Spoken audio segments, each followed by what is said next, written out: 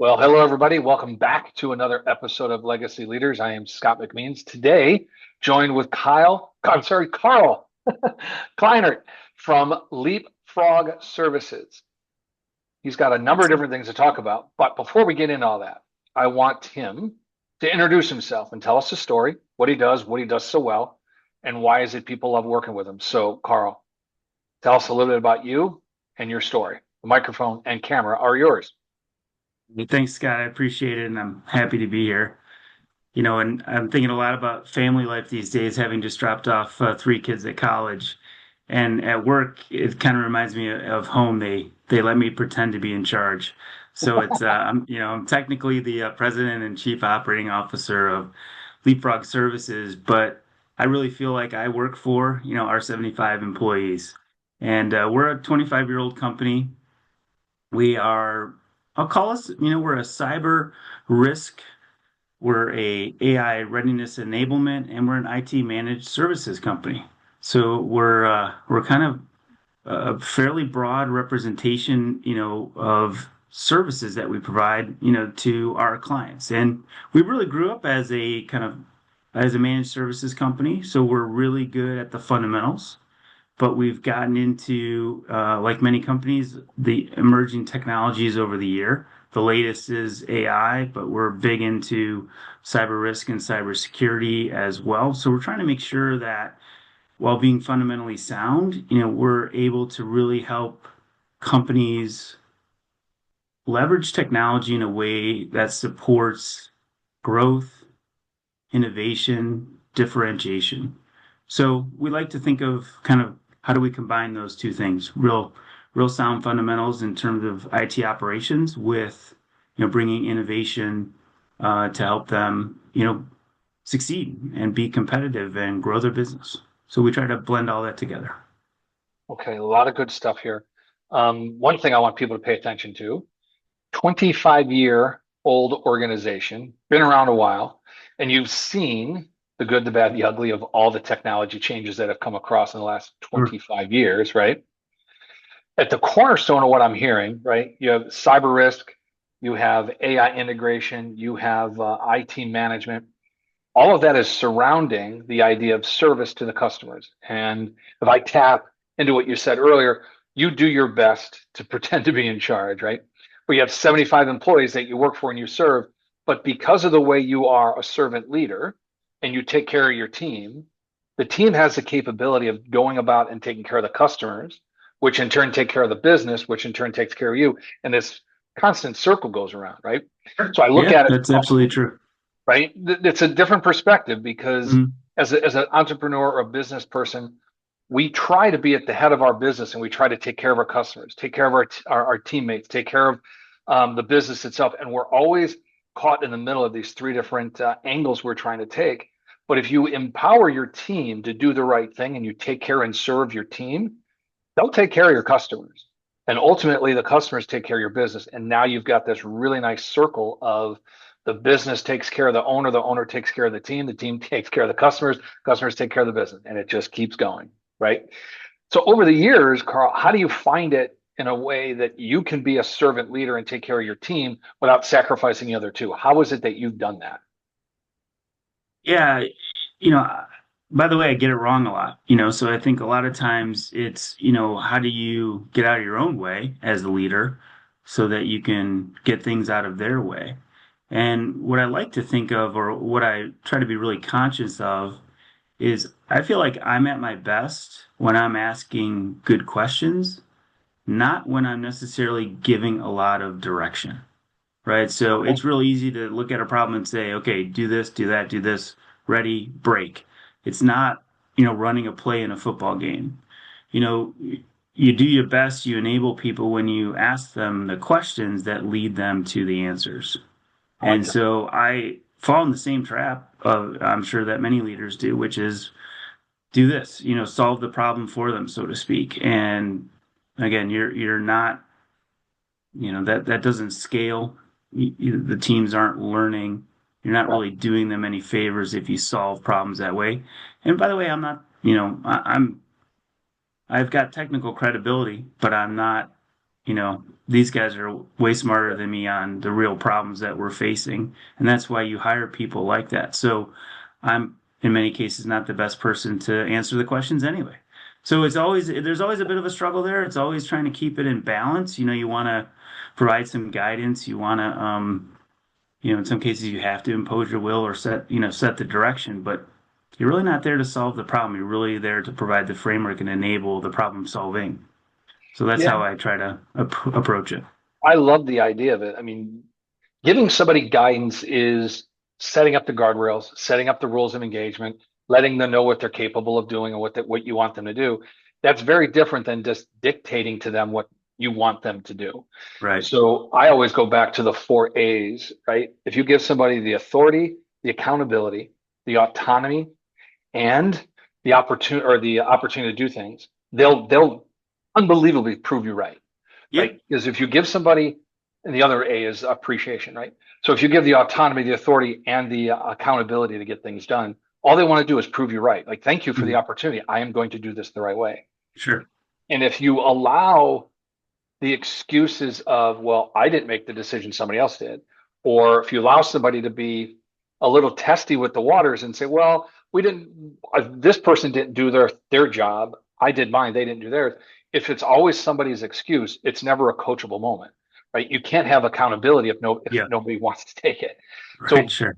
right, building your team with the right people has a lot more to do with aligning the right thought process and mindset to what you want to do as a business than anything else.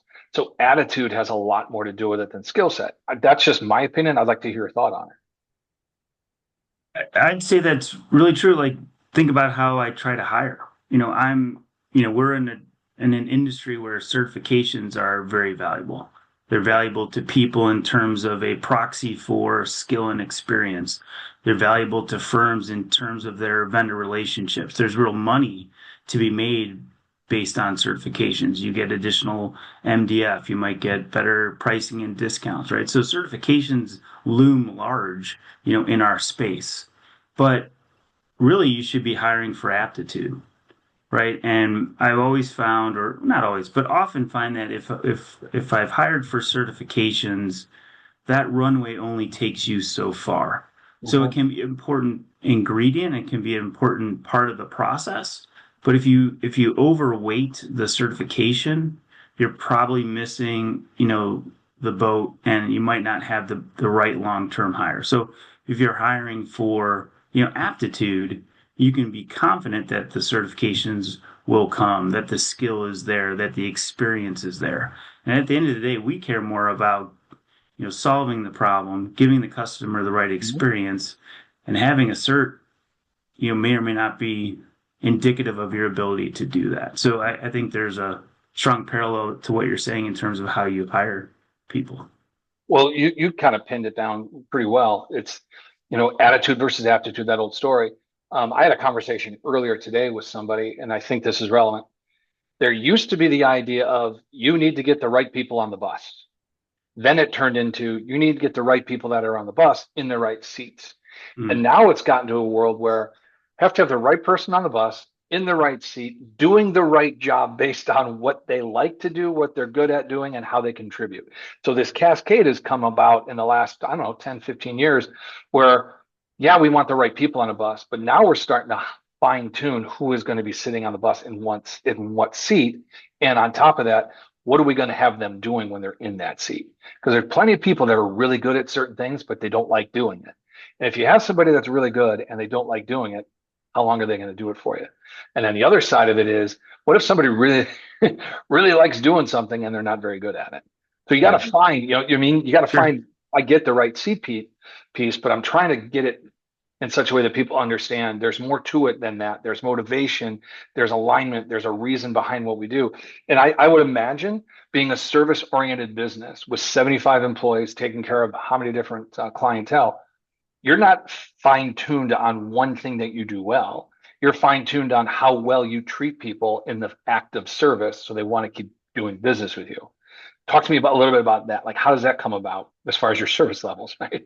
Because that's the separation between everybody else. Sure. One of the things we coach a lot on is everyone wants to get the answer right. and they want to do it quickly. But you can't disappear into a black box and pop your head back up in a day or two or three and say, ah, I solved it.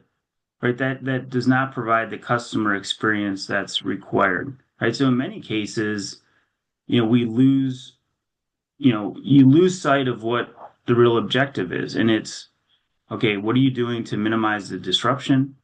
How are you managing the client's expectation? How are you communicating progress along the way? Those things are as important as solving the problem, and not just the symptom of the problem, but the root of the problem. And where we find our customers, our analysts or technicians might be surprised, like, well, we solved the problem. Why is the customer still mad? Well, it's kind of like, math class. You got to show your homework a bit, right? So, Yeah. did you communicate to them along the way? Did they have the proper expectation? Could you do things in the meantime to mitigate the impact as you're solving the root cause? Like, all of those things are really, important. So we really try to emphasize that. It's almost like the journey, of a problem, right? And it's not just the destination, meaning we solved it. So, are you transparent along the way? Are you communicating effectively? Do you have interim improvements along the way? A lot of times that can be not just good enough, but a great answer and very Right. satisfying for the client as you move to call it a final resolution. So, we tend to, everyone wants to solve the problem. They want to solve it quickly. So the intent, is there, the effort, is there, but those are maybe things that we would call soft skills, but that's all part of the, client experience. And again, we find that they're ultimately more satisfied if we do it that way than if we just solve the problem. And you can buy yourself a lot of time if you're doing those things. So again, that's not to say we're not trying to be efficient and solve it quickly, but they'll be patient with the process if you do all Yeah. that, right? And What, so that affects, I think, the experience quite a bit. That's a great point. And one thing that just sparked in my brain, if you're being transparent and very communicative throughout the process, you may find out through communication that, oh, they've tried this, they've tried that, it actually worked. And now that you're working collaboratively, you can get to an answer a lot sooner because you're working it from both sides of the angle as opposed to Sure, just you work trying to figure it out, right? sure. So when you communicate, you get a lot of good results. Whether it's good information or bad, I've always been a big believer in good good information needs to travel fast. Bad information needs to travel twice as fast. Let us know what's going on so we can help. Yeah, Right. In your situation, I love the idea of the journey of the problem. How do we start and how do we finish? Yeah, we're going to solve this, but how do we do this together across a journey that we're taking hand in hand? All right, now we're a really good service provider. Great lesson for people paying attention to this podcast right now, that this is more than just one company's way of doing it. This is the way a company really should be paying attention to the customer problems, and that you take it on a journey, right? How yeah. is it that we can work together? I love the idea of it. So thank you for that's a really good piece. Yeah, Um, and I'll just make another, parallel to that because we see it on the front end, if you will. It's not always about problem solving, right? So we do a lot of work to help our clients with strategic planning or mhm. IT road mapping. And you hear people talk about, the concept of five whys. Do you like really understand what the client is trying to accomplish, right? And do you Mhm. ask the right qualifying questions, so to speak, so that you try to provide the right solution at the end of the day? And so this whole notion around, the level of work that you do, in a pre-sale opportunity, as an example, when you're doing a strategic review or a roadmap, and what is the customer really trying to accomplish? Do we understand why that is, what the ramifications of that are, so that we don't go run off and so often we solve the wrong problem, right? Yeah. So that has its own, Yeah. that can have its own set of issues, right? So make sure, you truly understand what they're asking for so that you can deliver, the right response. So I think I see it on both ends of the spectrum, right? Early in our engagements, and then, again, obviously, when you're talking about, critical issues or problem management, then it manifests itself a little bit, a little bit differently. But we try to talk about it kind of on both ends of the client experience. That's really good. And this is getting down to, not making this into a sales process, but uncovering somebody's want versus their need, right? You say Mhm. you can end up solving the wrong problem, and everybody thinks they're happy until the problem that they originally wanted to solve keeps showing up. So there's a really good lesson here. There's a journey of a problem, there's a journey of a goal, there's a journey of a Mhm. strategy. And when you work together, you get it done a lot faster and a lot more smooth because everyone's working from the same page. I like that. That's really good insight. So, okay. If you talk to my girls when they want to buy new shoes, they'll recognize want versus need. So I'm responsible for your needs, but not your wants. So do you need new shoes or do you want new shoes? There So you go. that's the very first question when we get into it. Well, they need them because it has to go with the outfit, right? That's the Yeah, only we yeah. understand. That's all right. All right. So as we're talking about Leapfrog over 25 years, I know there hasn't been just one, and I know there's probably been less over the years, but I would like to talk about a challenge that you think is worthwhile exchanging conversation about so the audience will get something out of this as far as, all right, I'm facing the same thing. I can learn from what Karl just said. I like that. So, is there something in your head that you would call to say, yeah, that's one of the bigger challenges I had to face, and this is how I solved it?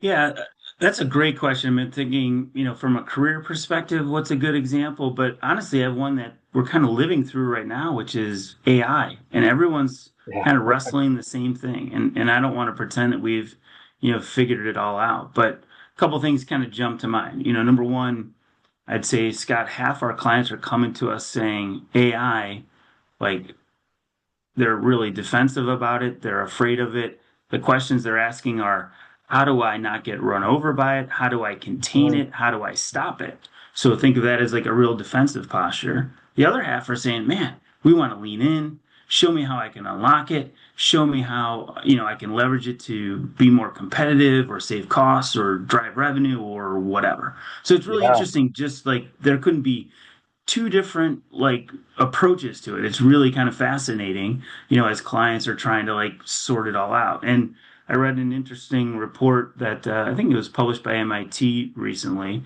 and they said 95% of AI initiatives, and these are in large enterprise for the most part, things that are happening at scale, but 95% of them are not delivering any return on the expected investment. Mhm.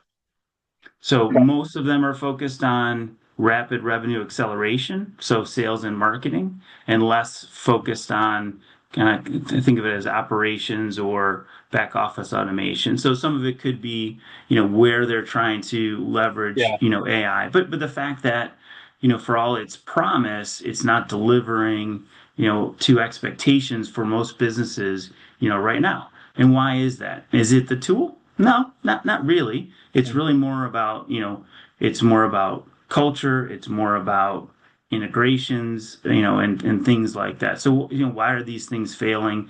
But again, just directionally, the difference in terms of approaches and the type of questions, we're getting from, our clients. And this is, far beyond just leveraging generative, AI and figuring out what to do with improving, your writing skills or chatbots. It's image Yeah. generation. It's code generation, right? So how is the your enterprise um, enabled to leverage all this stuff? And so Mhm.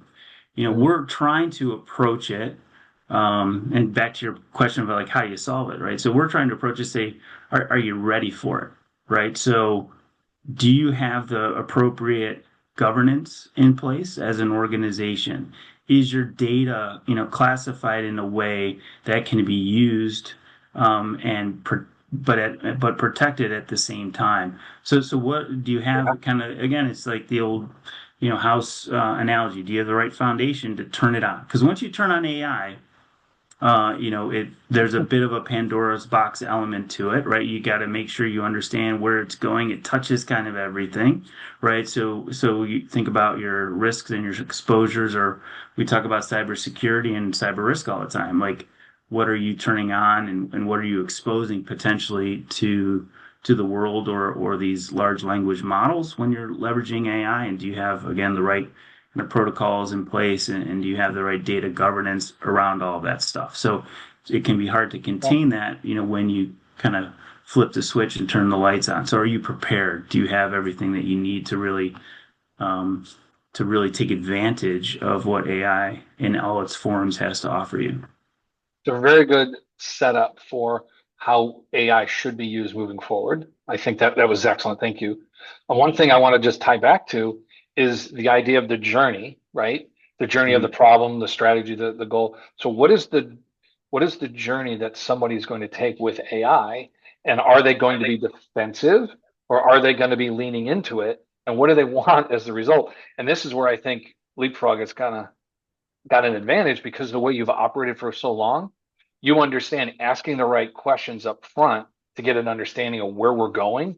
Right now, we can help you because if you've got somebody who's defensive and you're trying to push them to lean in, well, again, you're answering the wrong question. If it's the other way Yeah. around, you're answering the wrong question. So, what is it that you can do to start the journey and take it with them to make sure that AI is the tool they want it to be, as opposed to a distraction? Because it seems like Yeah. with 90, I think you said 95% are being distracted by it, but not getting any, the results they want. So let's figure out what are the results you're looking for and how do we get it to perform the way we want it to.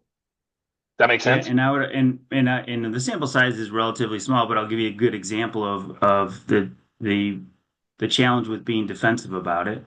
So I'm not trying to talk anyone into how they want to use AI, but what I would say is, if you're being defensive, guess what? You're already in it. There's a Mm, whole shadow IT around AI that your employees are using, and you just don't know it. We did an AI readiness assessment for a client recently, and we found that there were 30 different AI tools that were being used in their enterprise. And if you would have asked them how many AI tools they're using, they would have said zero.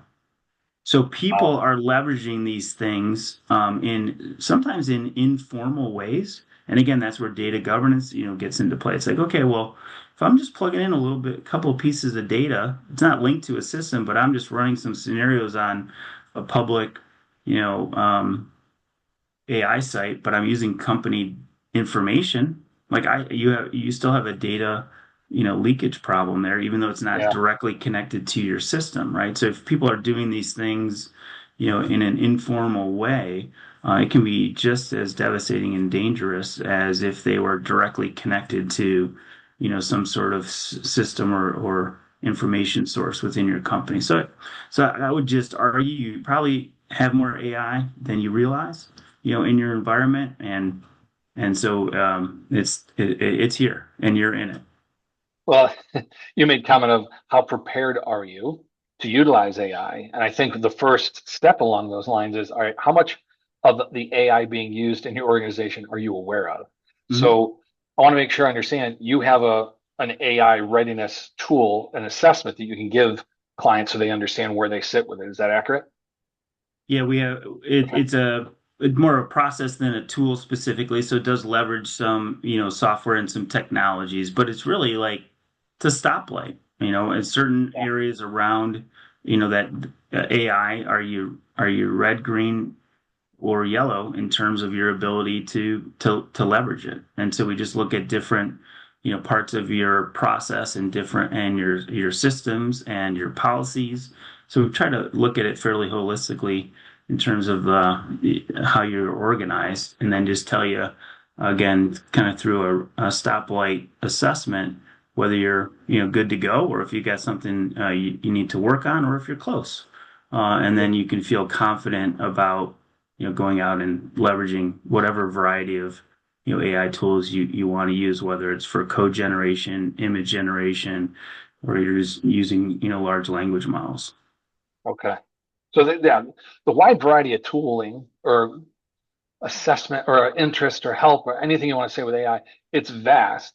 I Mhm. think it's been explained to me once. AI is an amazing information gathering tool that can make a really nice productivity enhancer, but it's not necessarily today replacing what people can do on their own.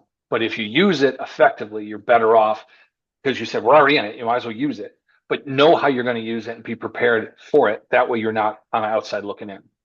Fair assessment? To me, I think it fits pretty well into this, typical 80/20 rule. Like a lot of things we use I it like for, it that. gets you 80% of the way there.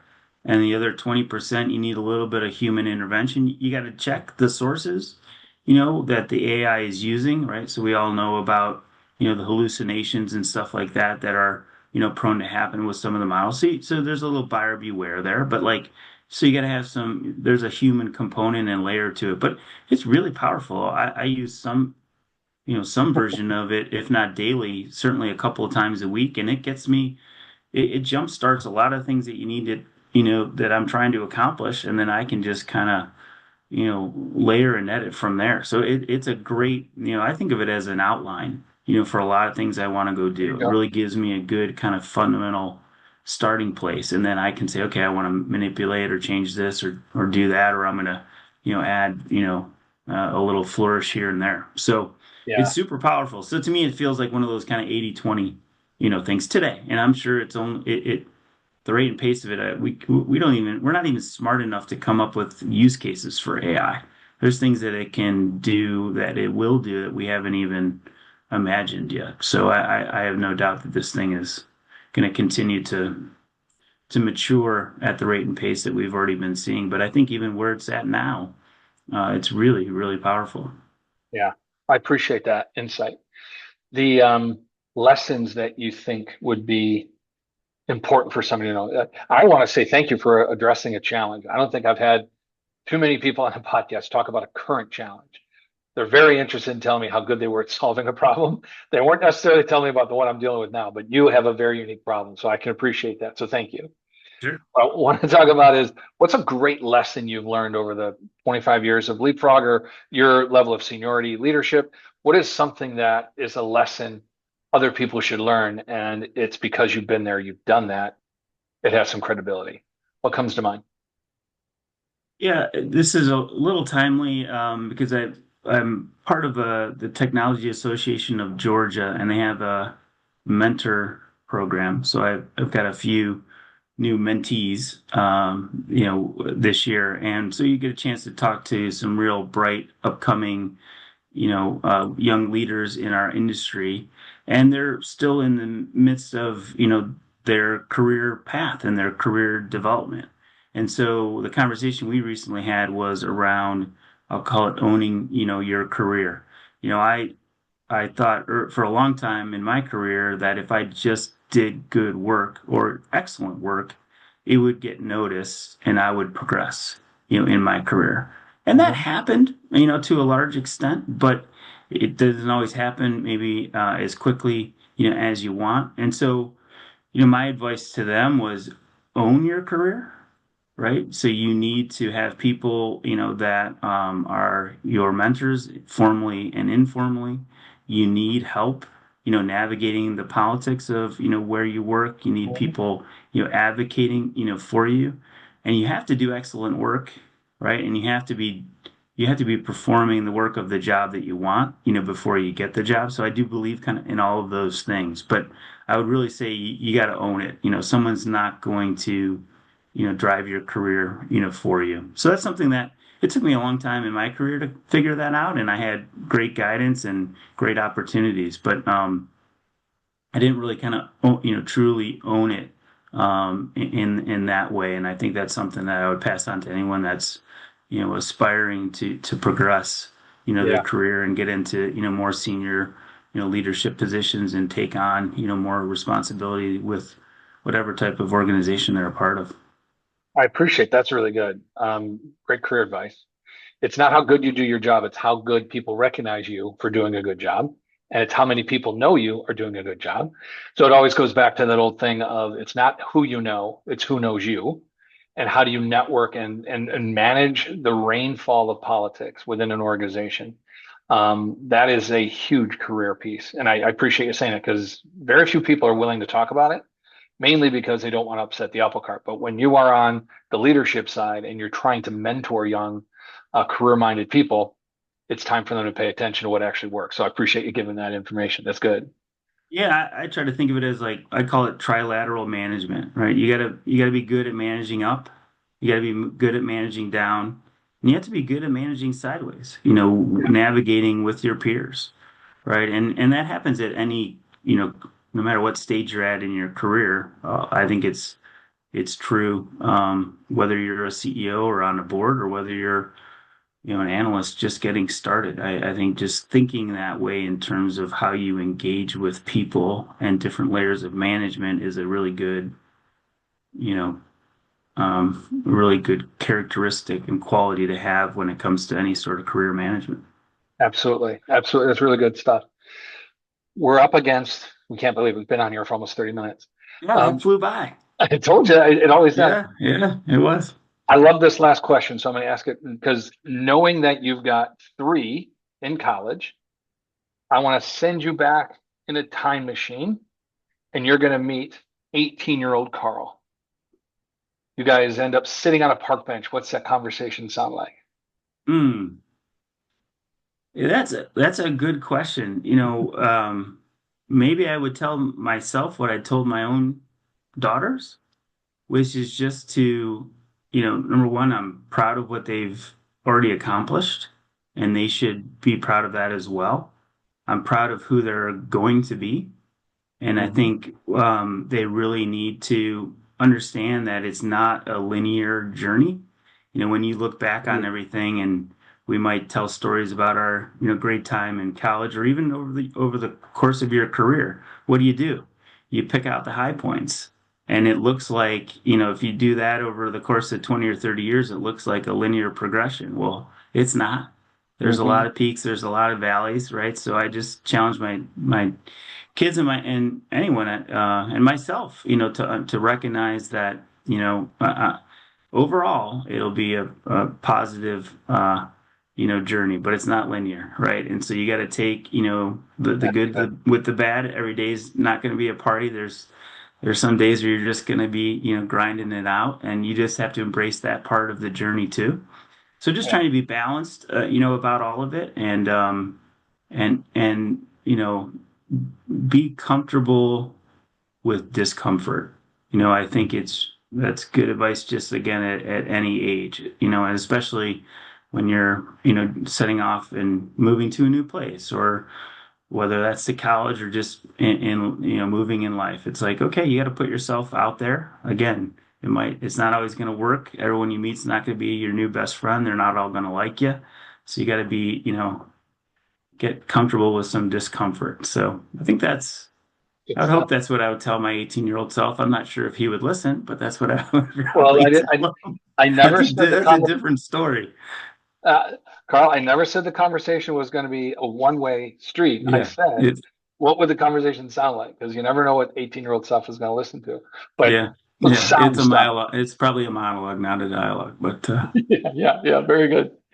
I want to thank you for being on the program. Unbelievable insights, great lessons, and I think there's a lot of information people got out of this. So thank you very much for being on the program.